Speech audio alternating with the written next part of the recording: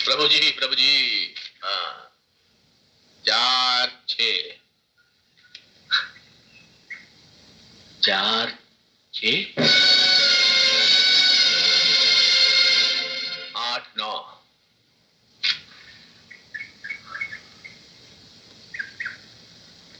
8 9 1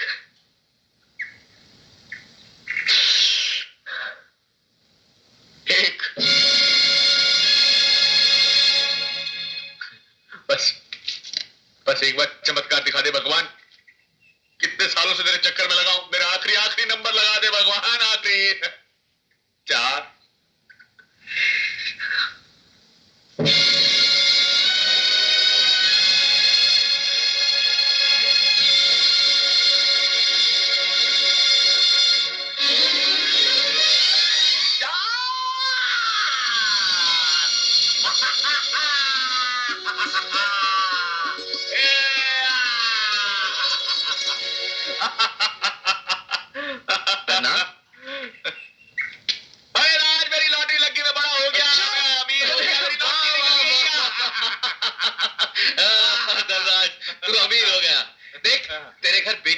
साक्षात लक्ष्मी आई है। देखा इसके नन्हे नन्हे पैरों का प्रताप, तेरी चौखट पे पड़ते ही तुझे मालामाल कर दिया। जा इसे सीने से लगाकर इसका मान पड़ा। गीता, मैंने तुझसे कहा था कि इसको गंदी नाली में फेंक करा, या मेरे सामने घर पर क्यों लाई है इसको? धन्ना, ऐसा नहीं कहते पगले। आखिर इस मासूम बच्ची का क्या दोष? दोष? इसने मेरी एक एक खुशी छीन ली, मेरी शांति की जान ले ली। क्या ये दोष काफी नहीं? इतना बेरहम मत बन धन्ना, ये बच्ची तुझसे ज्यादा दुखी है। अरे तूने तो अपनी पत्नी को खोया, लेकिन इसकी तो मां खो गई है। मां, ये भी इसी का नसीब है, मेरा नहीं। मैंने इस मनहूस में शांति की बेटी की सूरत नहीं, शांति की मौत की शक्ल देखी है। तूने गलत देखा है धन्ना। इंसान की आंखें कितनी ही तेज क्यों ना हो, लेकिन वो अपने माथे की लकीरें नहीं देख सकता। बदनसीबी की लकीरें अगर औलाद के नन्हे हाथों पर होती है, तो बाप के चौड़े माथे पर भी हो सकती है। 5 करोड़ की लॉटरी क्या लग गई? तू जमीन से 5 फुट ऊंचा उठ गया।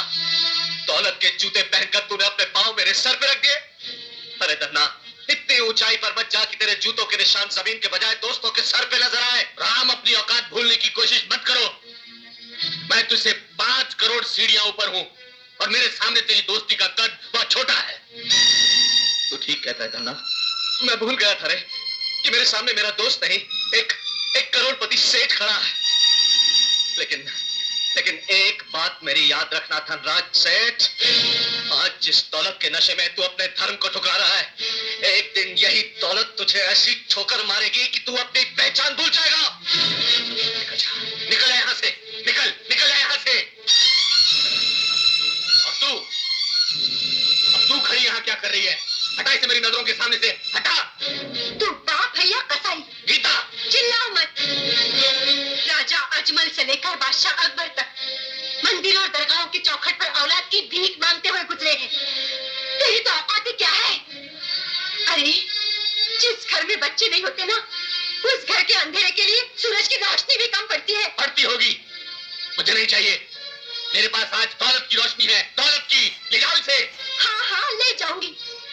तू अपने खून को भूल सकता है, लेकिन मैं अपना रिश्ता नहीं। ये मेरी भाभी की आखिरी निशानी है, इसे मैं पालूंगी मैं। हाँ, ले जा, मगर इतना याद रखना, फिर कभी इसका मनुष्य चेहरा मेरे सामने ना आने पाए। मैं खुद नहीं चाहूंगी कि इस पर तेरी छाया पड़े। आजा।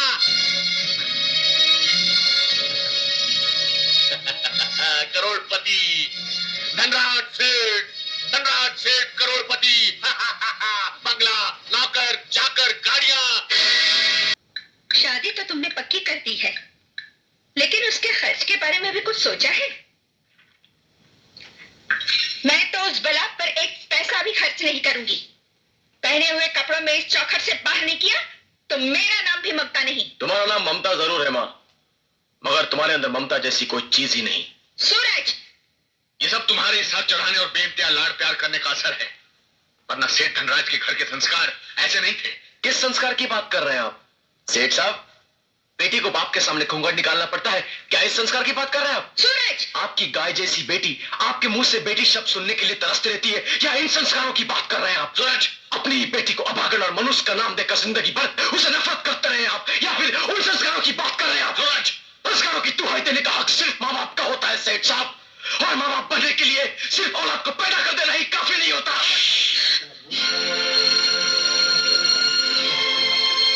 कर देना ही काफी नहीं होता।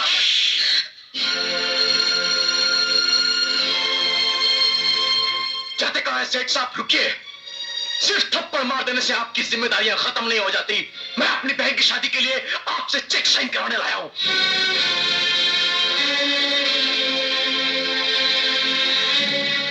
मैंने भीख और खैरात देना बंद कर दिया है। मैं भीख नहीं, अपना हक मांग रहा हूं सेठ साहब, और जिसके ना मिलने की सूरत में मैं आपको कोर्ट में खड़ा कर दूंगा। तू मुझे कोर्ट में खड़ा करेगा?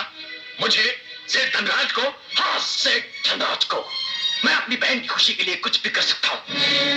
तुम्हें ठीक है, मैं चेक भी कोर्ट में ही साइन करूंगा। कैसी बातें कर रहे हैं आप? कम से कम अपनी इज्जत का तो ख्याल कीजिए। लोग क्या कहेंगे कि बेटे ने बाप पर मुकदमा कर दिया, और फिर एक चेक ही की तो बात है, साइन कर दीजिए। कम से कम इस बहाने उस मनुष्य से हमारा पीछा तो छूटेगा।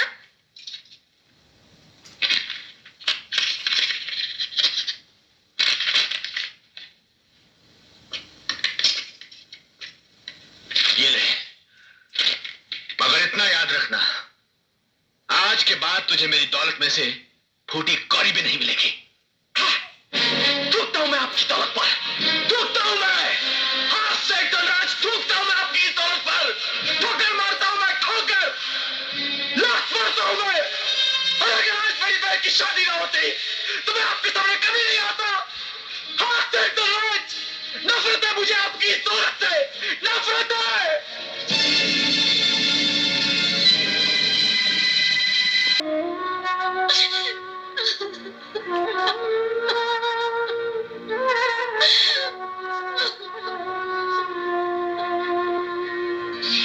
तू इस कंगाल करोड़पति से क्या मांग रही है दीदी?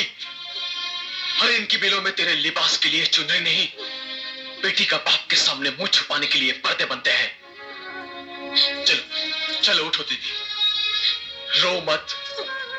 अरे सेठ, बेटी की विदाई के वक्त तो पत्थर भी दिल बन जाते हैं, मगर आपका तो दिल ही पत्थर बन चुका है। लोग तो औरों की बेटी का कन्यादान करके पुण्य कमाते हैं, पर आपके भाग्य में तो अपनी खुद की बेटी का कन्यादान नसीब नहीं। चलो दीदी, आज तक मैंने तुम्हारे भाई होने का फर्ज निभाया है, पर अब बाप होने का फर्ज भी मैं निभाऊंगा। हाँ दीदी, मैं ही तुम्हें विदा करूंगा। हम कहीं के नहीं रहे। देख लिया बाबूजी, आज तक आप अपनी जिस बेटी को अभागन और अपशगुन मानते रहे, आपका पूरा वजूद उसके पैरों की धूल का मोहताज था। मुझे जन्म देकर आपने दिया ही क्या? तिरस्कार, घूंघट, आंसुओं की सौगात दे देकर आप इतने कठोर हो चुके हैं कि आज विदाई के वक्त आशीर्वाद के 2 शब्द बोलने के लिए आपके होठ नहीं हिले। सूरज! तुम मत बोलो माँ। टूटे हुए शीशे भी अगर जोड़े जाते हैं तो उनमें दरार पड़ जाती है, मगर आप लोगों ने तो दिल तोड़ा है, दिल। अगर मेरी बहन अभागन होती तो उसके पैदा होते ही आप मिल मजदूर से मिल मालिक नहीं बन जाते। आज आपके पास जो कुछ भी था उसके पैरों के प्रताप से। अरे आपका भाग्य विधाता ने आपके माथे पर नहीं, लक्ष्मी के पैरों के तलवे में लिखा था। शायद इसीलिए उसके इस चौखट से बाहर कदम रखते ही आपका सब कुछ जलकर राख हो गया और आपके जीवन में अंधेरा हो गया।